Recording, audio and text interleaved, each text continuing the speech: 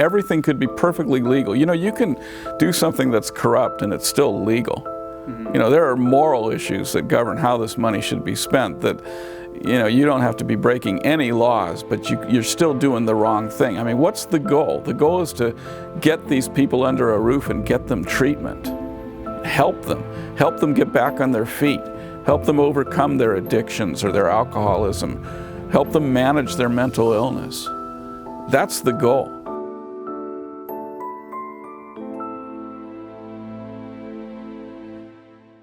How do you feel when you see people living on the streets?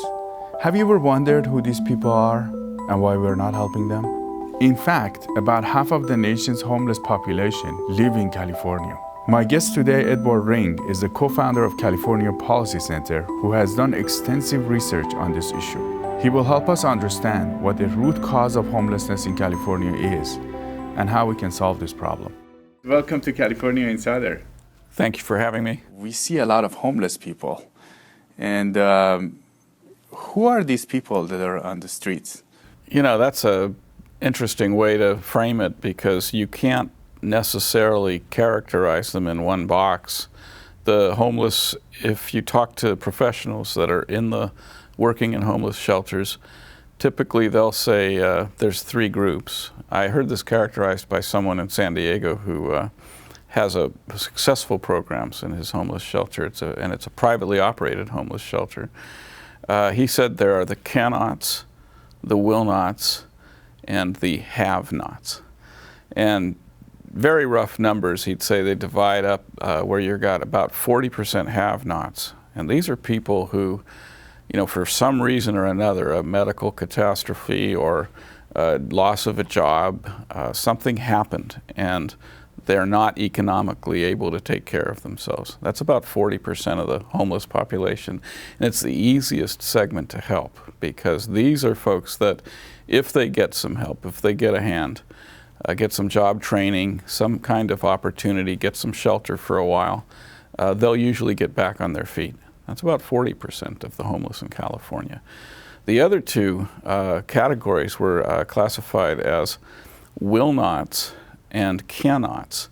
The will-nots are people who are to some extent homeless by choice. There's a lot of drug addiction, a lot of alcoholism. You know, in Venice Beach, which is the area that I studied in particular, you have a much higher percentage of them because they like it there. They like being on the beach. The other 20% is the most problematic. Those are the cannots, and these are typically mentally ill people who really probably should be in mental hospitals. So it makes sense. Some people live paycheck by paycheck, and they may have a bad luck or bad situation, and then they end up losing everything. That's correct. And, you know, I think in California, the number of have-nots may be a little bit overstated. What happens, and this isn't generally acknowledged in reports on the homeless, is the have-nots find shelter. The people who are down on their luck but willing to try to figure out how to get back on their feet and capable of doing that, they still get counted among the homeless. If you don't have a mailing address, you are considered, you know, in the eyes of the census and so forth, to be homeless. But they live in cars, a lot of them, or RVs. A lot of them live with friends, or they find shelter. They live in homeless shelters.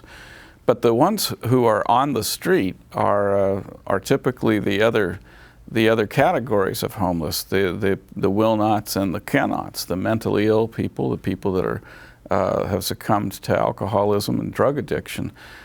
So, you know, when you have a portrait of the homeless, you have to recognize that the ones that we're coping with that are, you know, suffering on the sidewalks are not typically the ones that have had an economic calamity of some kind.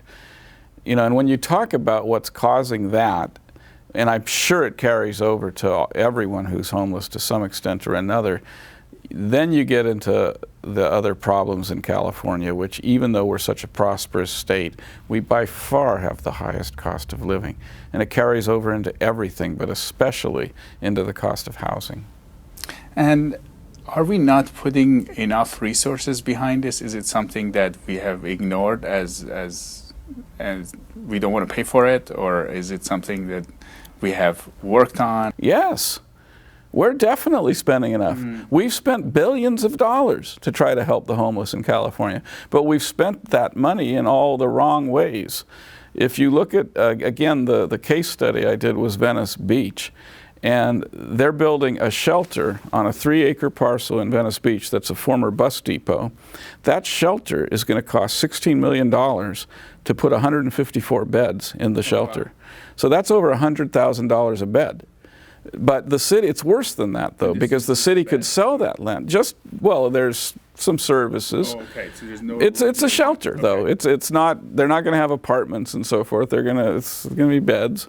I don't know if they're bunk beds or just beds in a row on. It's a big tent. It's supposed to last 3 years. It's actually temporary. Oh, well, wow. it's one of those semi-permanent tents. You've seen they're getting pretty good at building these tent structures. But you're talking about spending $16 million to provide temporary shelter to 154 people, which again is over $100,000 per bed. Now, I don't know about you, but I could imagine ways to provide shelter for less than $100,000 a bed. And there's a pastor in Los Angeles, I can't remember his name, but he's been very outspoken about this. He's been able to come up with shelter at a small fraction of that amount. And it gets worse because, now let's get into some of the laws because these laws affect the cost. There was a court case, Jones versus the City of Los Angeles in 2006, and that court case found in the Ninth Circuit that you couldn't arrest someone for vagrancy unless you could provide them permanent supportive housing. And that's not even a shelter, that's an apartment. So, for example, the citizens of Los Angeles in 2016 passed Proposition HHH. Bond measure HHH was a $1.2 billion bond to build homeless housing, So supportive housing. Well, that's just one example, and that money's already been used up. It's 3 years later. I think the first units are expected to be ready later this year. Now, I don't know if that's slipped because that report was over the summer and they said by November they'll have the first units. But they've only built, when it's all said and done, they've only built units at $550,000 per unit. That's the average cost. So because they get matching funds, the developers get matching funds from other sources, that actually translates. If you did the math, that would only be about 2,000, 2,500 units. They think they're going to be able to build about 7,000 units because the developers get tax credits that they can use in other enterprises. They get funds from other sources. But the cost to society, because a tax credit also costs the taxpayers money, is $550,000 per unit. Wow. They're wanting to build on a parking lot in Venice Beach. This is another city-owned property in Venice Beach. It's worth $100 million. It's 3 acres of land. There's actually been bids presented to the city to buy this land for $100 million. But the city instead wants to put permanent supportive housing on these 3 acres. And they're going to spend $105 million on the structure.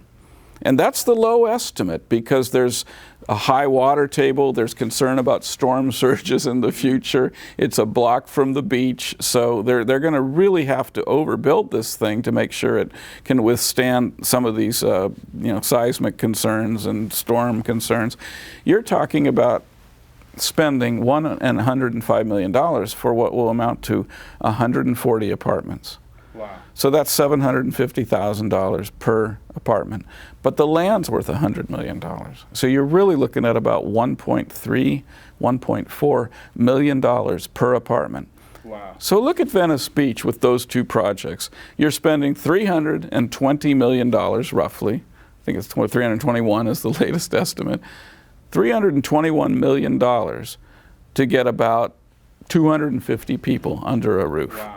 And how many people That's are insanity. That's absolute insanity. And how many people are homeless in Venice Beach? Venice Beach, they estimate it to be over 1,000 people. So that only solves a small percentage. For $300 million. And, you know, the city argues, well, you shouldn't be taking into account the value of the land.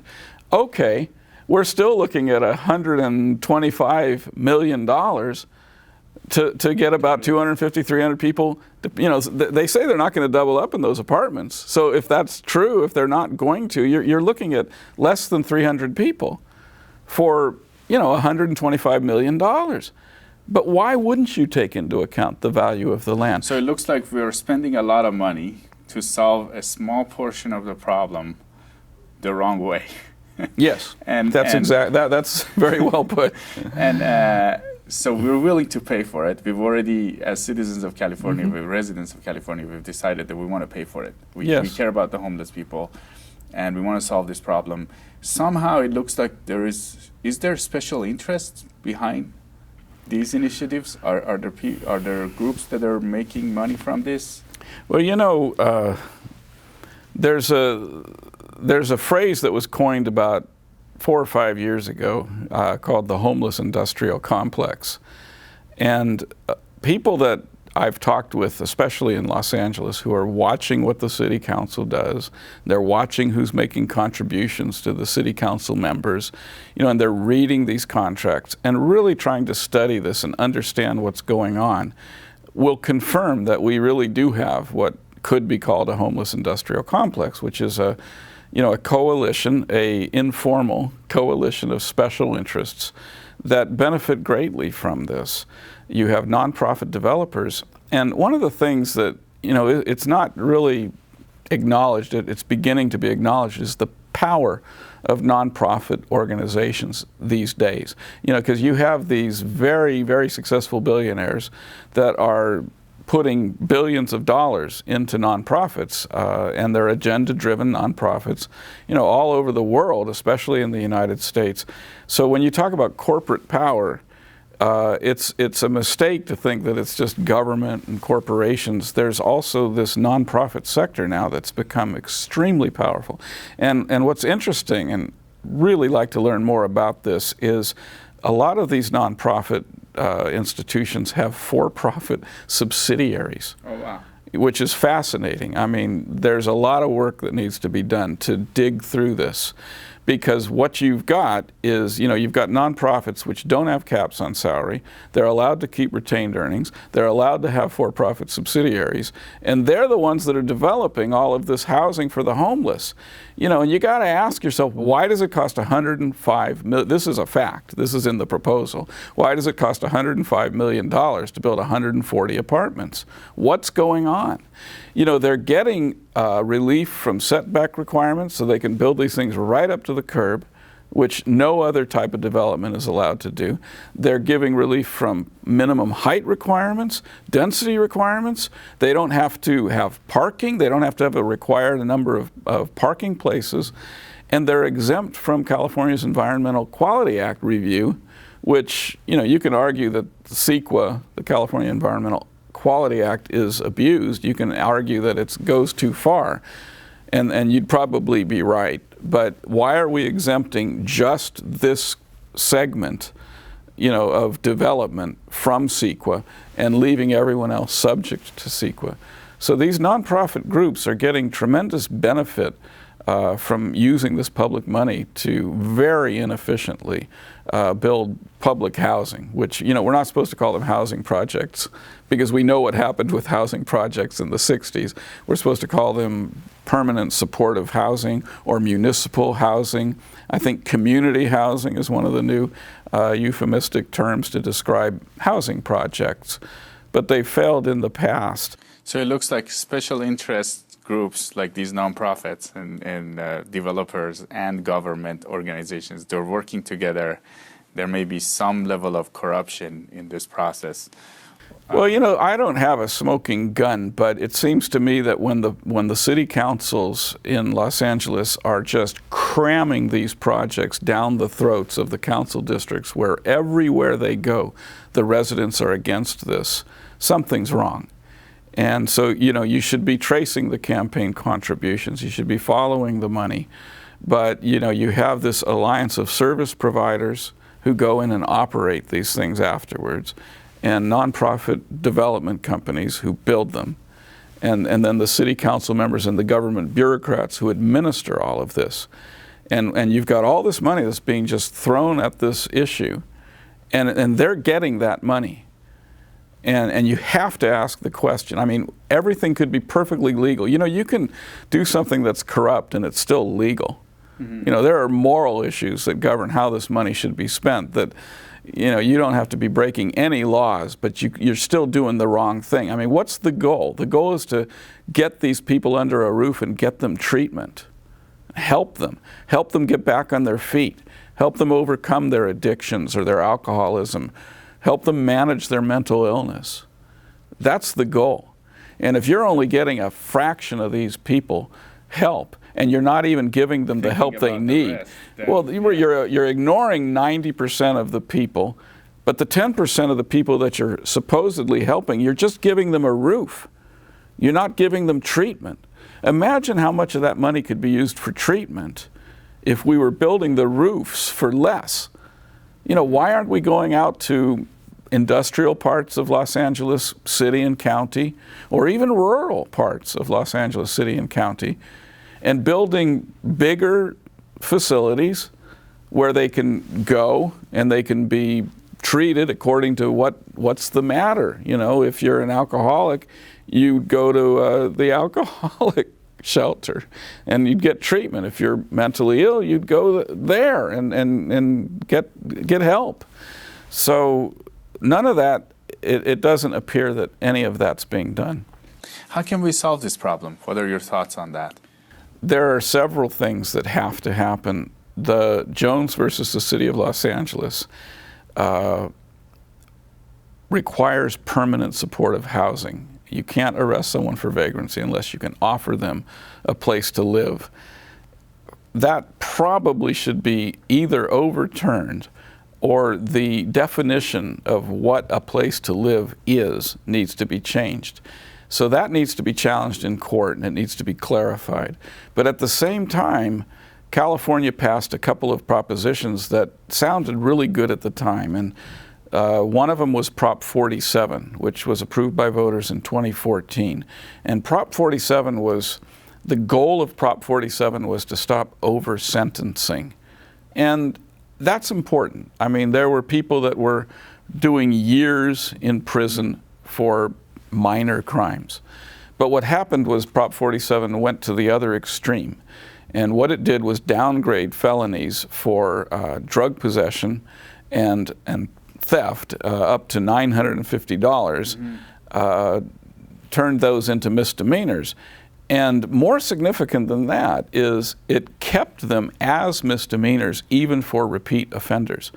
And as a result, there's really no practical benefit to arresting somebody for stealing something up to $950 in value, or for having, you know, what used to be felony drug possession. We're not just talking about marijuana, we're talking about harder drugs as well. If that so-called drugs are for your personal use, you're not selling them, then it's not a felony. And this can be over and over again. So the police call this law the catch and release law. And they're very disappointed in it because they can't go to people that are disrupting, you know, the neighborhoods in places like Venice Beach or downtown Los Angeles or San Francisco. Property crimes in San Francisco are through the roof. You know, I don't have the exact statistics on that, but it's out of control because, for example, a cell phone is worth typically less than $950. So you can just snatch people's laptops and you can snatch their cell phones, or you can steal their catalytic converter out of their Prius, because all of those things are great, you know, to sell on the black market, because while they're not worth more than $950, they're usually worth several $100s. And so you steal those and you can support your lifestyle, whatever it is on the street. So this is something that's got to change. Prop 47 has to be rewritten. And you can do that. You can steal today, and you can steal tomorrow, and you can steal the day after. It's a misdemeanor every single time. You can be doing it. You can have a lifestyle out of it. Sure, because it's just a misdemeanor. And if you can't pay the fines, you don't go to jail. So you're you're really kind of immune from prosecution in many respects. Another thing that has to change is this started with what's called the Lanterman-Petrus Act of 1967. That was a state law passed in California, which again was very well intentioned, and something had to be done, because until that law passed, it was too easy to incarcerate someone for mental illness.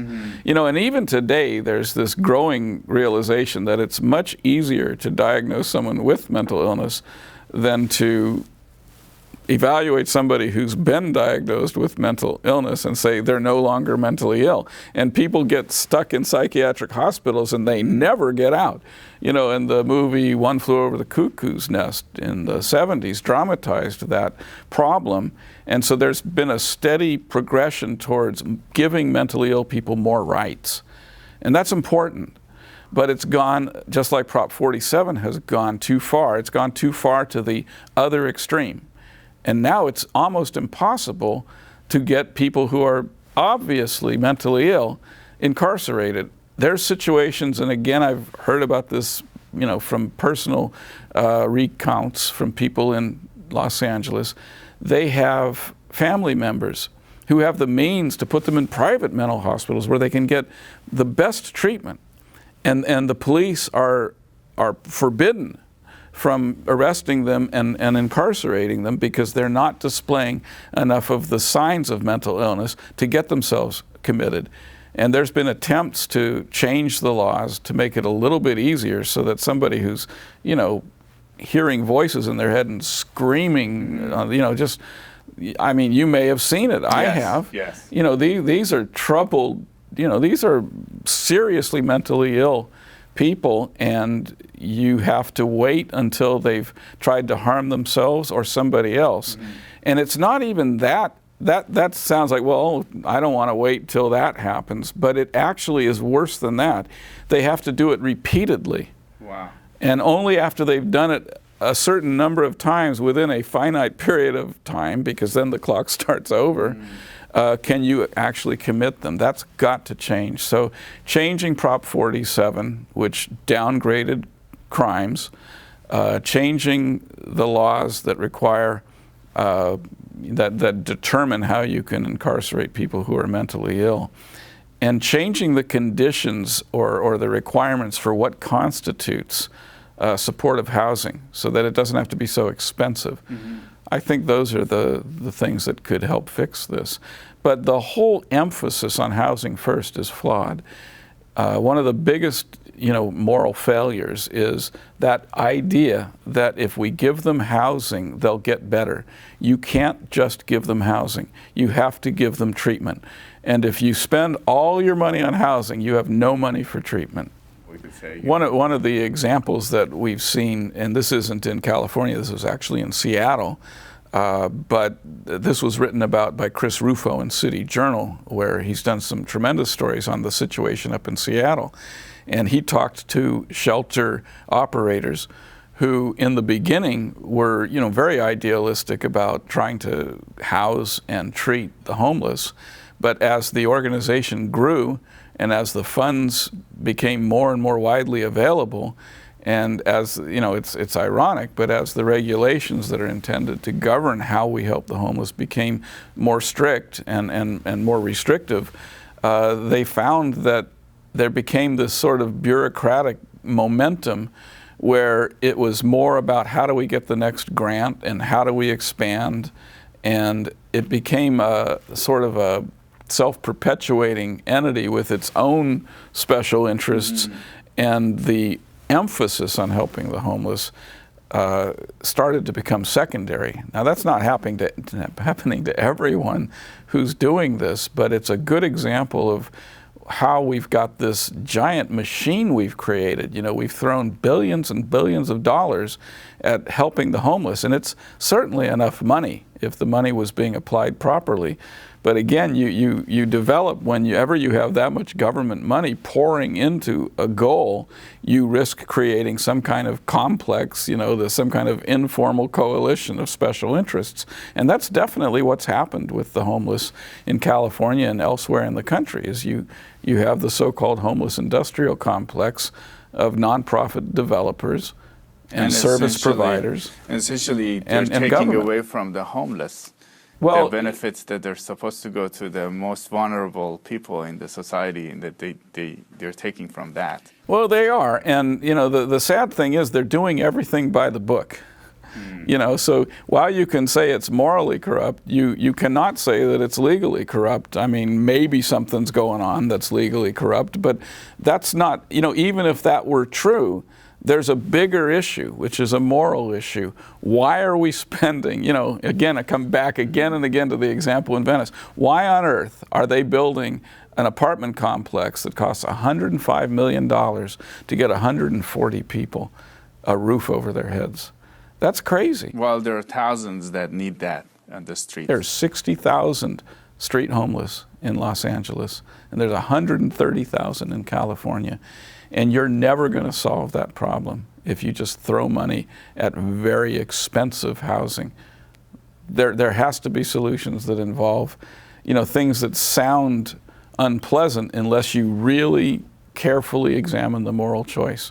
Are we going to have a tent city in some industrial part of Los Angeles where we can get people into shelter for, let's say, $5,000 or $10,000 a head, and then all that money could be used to treat them? But instead, we're building luxury. I'm not saying the apartments are luxury apartments, but it's a luxury to be building something on the most expensive real estate on earth. That's crazy. And the mentality that just giving them a roof is going to make them get well is dangerous. It's dangerous not only because it's wrong and it means they don't put money into treatment, but it's dangerous because one of the other I guess I would call it conventional wisdoms about how to do this is because they don't want to make larger facilities in inexpensive areas, they feel like every council district has to have its share of homeless shelters. And they're doing everything they can. For example, every council district in Los Angeles, Sherman Oaks, Koreatown, San Pedro, downtown, Venice, they all have a couple of big projects, but then they're purchasing homes, and they're turning those into group shelters in the middle of residential neighborhoods. Now that's problematic. I mean, if you carefully screen and you make sure that only people who are, you know, not drug addicts, they're not convicted of property crimes, they don't have substance abuse problems or mental illness problems, and you put them into the neighborhoods, it's still problematic. Because now you have people that are paying these incredible property taxes. They're paying mortgages on $800,000 starter homes, you know, and they're struggling and working so hard to live in a safe neighborhood. And right next door, their taxes are paying for somebody who's living there on a subsidized rent. And maybe they deserve that, but you can't expect that to just be a panacea. You can't expect to do that all over town and not have some kind of social disruption. So Ed, thank you so much for being on California Insider. You're welcome.